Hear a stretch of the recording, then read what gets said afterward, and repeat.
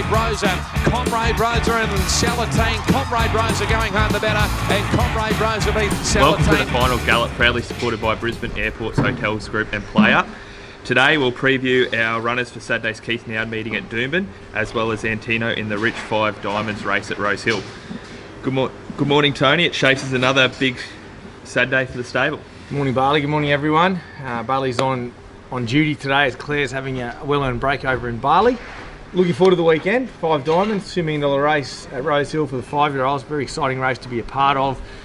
And the Keith Noud, which is, I always feel it's our official start to our summer carnival. I know they sort of say it kicks off at Sunshine Coast next week when we have the Swiss Ace meeting, etc. But I always find the Keith Noud is a really good launch pad for a lot of these horses into their summer. So 2 good meetings to get excited about for this weekend. Before we kick off into our preview, what were your thoughts on our 2 Metropolitan winners last Saturday in Liquor and Tenzing? I was really happy with them last week. I thought they raced well. Tenzing, he's been a much deserving winner last week. He finally drew the barrier. He was able to secure that really nice run. We've seen him previously get back worse in midfield and use that good sharp dash he's got to get up to them, and then he's been soft late. Where last weekend he had to get that really suck run just in behind speed. You would have seen Ben Thompson, he just waited and then he made his run. He was good through the line. So really good for his connections to get the win. Aussie Bloodstock, fantastic to get another winner in town for them on a Saturday. And Liquor, gee, she was good, wasn't she? She was really good. She got really hot in the parade. She gets herself worked up, but she's a good fast 1,000-metre horse. And I always love 1,000-metre horses in 1,000-metre races. We see horses in there that are always going to get it over further. When you got a nice sharp horse over the 1,000, I think that's perfect. And she was terrific. So 2 good winners last week. I don't want to single one out. They were both good for different reasons, and 2 good groups of owners, Blackstall Bloodstock and obviously Aussie Bloodstock. Yep, sweet. Firstly, we have Antino in the 5 Diamonds meeting at Rosehill on Saturday. The rail's in the 3-metre position. Track is currently a good 4 with fine and warm conditions forecast. He's in race 8, the $2 million 5 Diamonds restricted to 5-year-olds only over the 1800. He'll carry 57 kilos with Sam Clipperton aboard from barrier 2.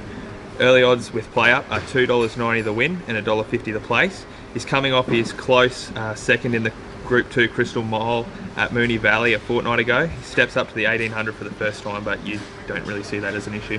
I don't really know. I think mile to 2000 is his trip. I think he could even be better at 2000. We don't know yet, but his best runs have been at a mile. I can't see why 800 wouldn't really suit him. First time at Rosehill.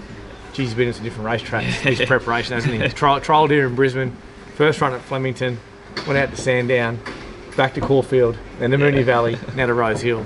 So he's done a bit of travelling, but hasn't been an afterthought. This race has always been firmly on the agenda.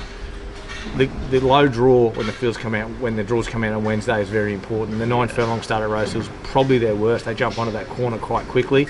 I think low draws are definitely an advantage to you. The way this horse steps, just that touch tardy, I think the low draw allowed us to get into the spot we want to find. Sam had a sit on him Tuesday morning. He worked very well at Randwick. So we're really happy with the presentation of the horse into the weekend. Race maps well for him. These sorts of races, $2 million, full field of 5-year-old, it's going to be a tough competitive race. And what we want is clear running and no bad luck. He's got enough bad luck this prep already. I think he's got the right form lines for the race. There's a few others there that are certainly dropping back in grade, running from Group 1s, coming back to this sort of race. And we're probably part of that group. But look, really happy with him. I love his preparation. Really excited to see him out to the 1800. I think the track will race beautiful. Had some good rain early in the week. There's a chance of a storm maybe tonight down there. I think another 5 or 10 mil would just have the track perfect. But I think the track will be in great condition for Saturday. And what we want is no excuses. Yep, sweet. Okay, on to our 10 runners at Doomben on Saturday. The rail's in the 2-metre position. Track is currently a soft 5 with fine weather forecast. So we'll work on a good 4 for this preview. How do you think the track will play, Tony? Really happy we got some rain earlier in the week. My only concern is Doomben has been drying out a little bit. So provided they put enough irrigation on possibly tonight to keep that track with a bit of moisture in it early. These sort of tracks, it's different to Eagle Farm Doomben. You can't just hammer it the day before. They've got to put the water on a day earlier to that. Yeah. It has been drying out and then getting quite leaderishy later in the meeting. I hope that's not the case here. I've seen it many summers this meeting do that. So provided they handle the irrigation process right, I think we should get a nice track there. I like that rail going back in pretty low. Our first runner for the day at Doomben is race 3, a Fillies and Mares benchmark 78 handicap over 1200. We have 2 runners in this. We'll start with La Takia. She will carry 56.5 kilos with Angela Jones on from barrier 10. Early odds with PlayUp are $3.10 the win and $1.30 the place. She was a close second first up at Ipswich over the 1200. She's 6 weeks between runs into this, but she had a nice little jump out in between to keep her up to the mark. Yeah, she has jumped out in between. She was going well. I just wasn't comfortable with the work the other day, so I didn't accept with her. Really happy with her into this. Her recoveries are good. She's nice and fit. She's a big girl, but she's fitter than what she looks to the eye. So I'm really happy with the fitness. I had her in 2 races, and we chose this race. I think a bit of juice in the track earlier in the meeting suits her. She drew an 8 of 8 here, where she was 8 of 14 in the other race, something like that. So the barriers was the same. She'll roll 40. She'll take a spot up in the first half of this field. She's either going to be outside lead or 1-1, I feel, depending on what happens underneath her. She's a good natural speed and she knows her well, and she's well weighted. I think this fillies and mares grade is a really good grade for a mare like her. Our other runner is the ever-consistent Moreton Bay. She'll carry 54.5 kilos with CJ Graham's 2 kilo claim. She'll jump from barrier 1. Her early odds with PlayUp are $10 the win and $2.60 the place. She's been close in all her races this prep without winning. Last start, she was overhauled late into second at Doomben over the 1100. She knows her really well, CJ. 1100 is just a touch short for her too. She just travels much better at 1200. She probably either leads or box seat. She is better with a bit of room. She's got good natural gate speed. She flies at lead to 54.5 on the back. She'll probably be there handy enough. You know she's going to give a good kick. It's just whether she's got the quality to hold off a horse like Latakia, Stroll. There's others in the race that can go quite good, but she's certainly honest. You'd love a stable full that tried like her. She's advantaged too from being early in this meeting. She's a filly that loves that little bit of juice in the track. So I really hope this track does present with a little bit of moisture early. Race 4 is a benchmark 80 handicap over 2,000 metres. Fifth position is the horse we have in this, 60.5 kilos with Martin Harley aboard. He'll jump from barrier 6. Early odds with PlayUp are $4.40 the win and $1.85 the place. He's on the 1 week back up after last week's close second at Eagle Farm over the 1800. He's like a big marlin. He's awfully hard to catch, this bloke, I tell you. He's very hard to catch. We want to try and mix things up a little bit with him this weekend. I want to ride him just dead quiet. He's just sitting, I think, too close to the speed and just not having that change-up speed. So if we can just ride him back dead quiet, right towards the rear of the field, put him to sleep, and then try and come with one run, I'm hoping we can find some improvement. So you will see a different riding tactic on this horse on the weekend. I thought his last run was good, very similar to his other runs, but he's just not showing that real turn of foot I want to see out of him. So I think with a change in riding tactics, hopefully we can see a good improvement in horse. Race 6 is a Class 3 plate over 1,350 metres. We have 3 runners in this race. We'll start with Black Max. He'll carry 60 kilos with Ryan Maloney aboard. He'll jump from barrier 7. His early odds with PlayUp are $11 the win and $3.50 the place. He was a nice winner at Eagle Farm over 1,300 2 starts ago, and then last start he loomed over the Doomben mile, just overtaking the last furlong into third.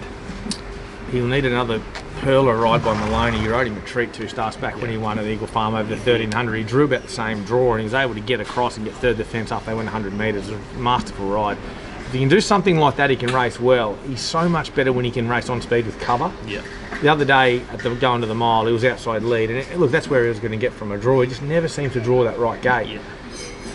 I'd like to go back to the 1350 just for more speed on it. Just hopefully we can get a bit of luck down the back straight. We know the 1350 is Doomben's best start. You got a really good run to that first corner. So if the race can break up and Ryan can just get in on pace with cover, there's no doubt he's up to his ears in a race like this. This is a very similar shape race to what he won 2 starts ago. Argyle Pink is another runner we'll have in this event. She'll carry 56 kilos with CJ Graham's 2 kilo claim from barrier 2. Her early odds with PlayUp are $8 the win and $2.80 the place. 2 races in a row, she's just missed by half a length. Last start, she was at the track and distance. She'll race on Saturday. She dropped slightly in class for this race on Saturday. Yeah, she will. I'll add the addition of winkers on her this weekend. I just want to straighten her up a little bit. You'll just see under pressure in the last couple of runs. Just want to just get in a little bit. I think I was hoping for a bit more moisture in the track. I'd love to get her on soft ground. That's not going to be the case on the weekend. But I'm just hoping the winkers just give that little bit of a kick. I didn't go the full hog with blinkers and shut her right up. I've just gone with a set of winkers. She'll race forward to the speed. She's just so consistent at this level. She never runs a bad race, but she's just lacking that little bit of a killer punch. So if the gear change works, she can be competitive. She's well weighted. Like I said, she was very close up, like I said about Black Max 2 starts ago in that same sort of race. I think this race profile is very similar to that. Another runner we'll have in the event on Saturday is Princess Rani's. She'll carry 58 kilos with Angela Jones aboard. She does come up with barrier 13. Early odds with PlayUp are $7.50 the win and $2.60 the place. She was twice stakes place getter last prep in the winter, over a bit further. Fresh up into this, the blinkers come off, and she had a nice trial a fortnight ago. Yeah, I don't think, even with the blinkers, if the blinkers were on, I still don't think she could probably win a race like this first up around Doomben 1350. Yeah. She probably wants Eagle Farm 1400 first up to be competitive. I probably need to keep them on. The blinkers have come off for later in the prep. I know she's going terrific, the horse. She's really good order.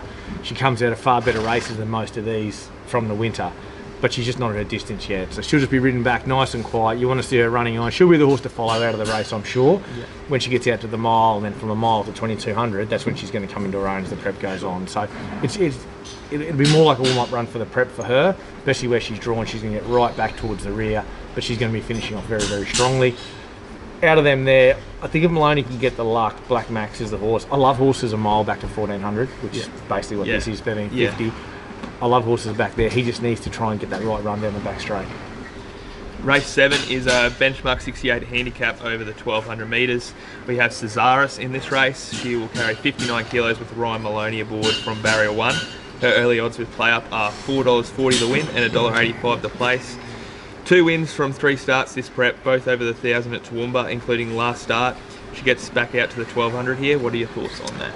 I thought this race was a funny race yesterday. Looking at it, the market was ever changing as horses were getting scratched and moving from different races. There's a lot of horses dual accepted in this. Yeah. That market was forever changing. I think she was about $10 or $9 early, then all of a sudden she's $4 favourite scratching. So she's in great shape. I want to see her do it at 1200. I thought the way she raced at Toowoomba the other day, another class record up there for her. I think 2 runs up there now. 2 out of the 3 she's broke 2 class records. So she is going really well. She looks great.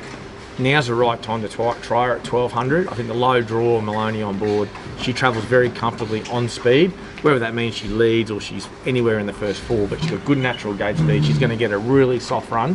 Then it's about her being strong late. I think it's a very winnable race. There's a few here I think can't win. Yeah. I think the fact that she can race forward at the speed, she'll give herself every chance. But this betting on this race, it could change again another series of times before the weekend. It's a very open race now with scratchings. Race 8 is the Listed Keith Noud quality over 1200 metres. A race our stable has won 5 times in the past 12 years. We have 3 runners this year. We'll start off with Comrade Rosa. She'll carry 58 kilos with Ryan Maloney aboard from barrier 12. Her early odds with PlayUp are $11 the win and $3.30 the place. She was a big success for the stable in the winter, winning 2 stakes races, including the Group 2 Dane Ripper. Fresh up for the summer on Saturday, coming off an easy trial performance a fortnight ago.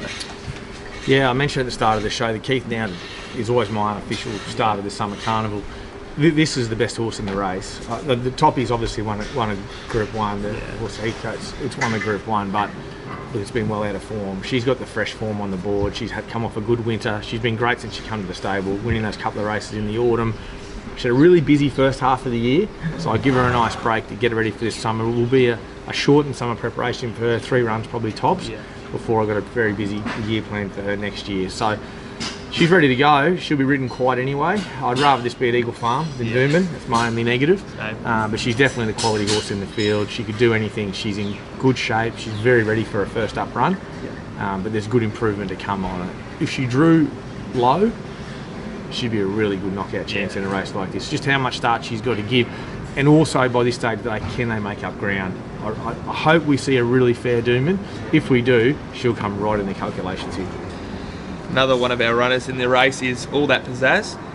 He'll carry 56 kilos with Martin Harley aboard from barrier 11. His early odds with PlayUp are $7.50 the win and $2.40 the place. He is the listed Toowoomba Wheatwood winner last start before having a short break. Had a nice trial behind his stablemate Zarastro last week to blow out any cobwebs. Yeah, he needed that little trial the other day. He had a set of heavies on. He just needed a good little blow after that. But he's trained on beautifully since. Marty come and sat on him Tuesday morning. Benny Thompson decided to go another way in the race. And Marty come and sat on him Tuesday. Galloped really well, very fit, very ready. Gonna need all the luck. He got a lovely run in the Wheatwood off an awkward draw. Can that happen twice? That's what we need. He'll begin really well. He'll put himself in the first 3 pairs. It's just a matter of, is he going to be 3 deep in those 3 pairs, or can he get in? It'll all depend on what happens when we talk about our next run as Zarastro. It'll all depend on what happens in that first furlong or half furlong out the gate. A lot of that will go a long way to how all that pizzazz goes late. Yeah.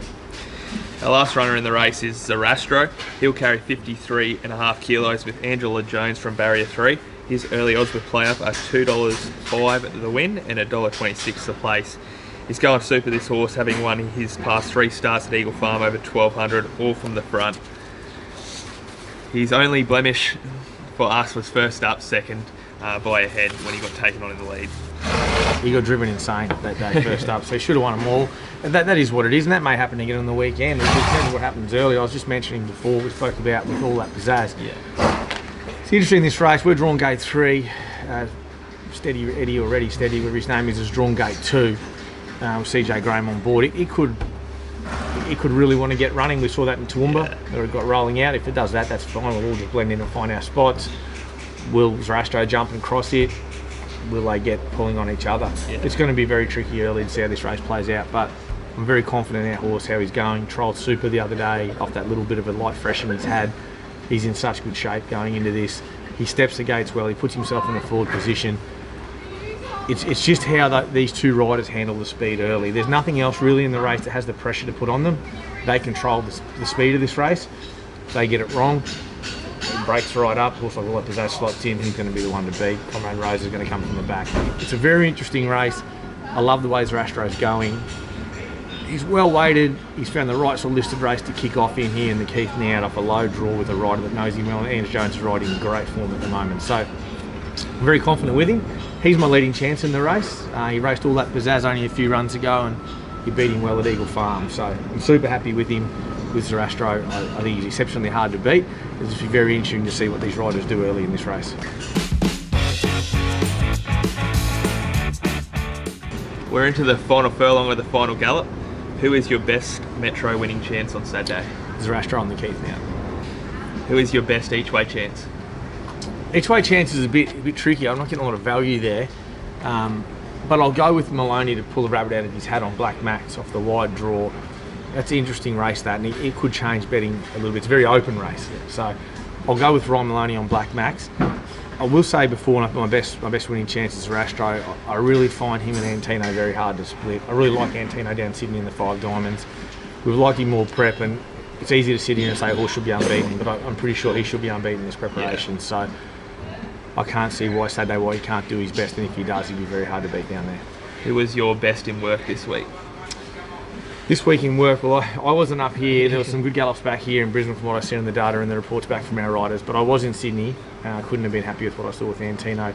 He didn't work any better than what he did in Melbourne. His work was identical to Moonee Valley, so I'm very happy with him.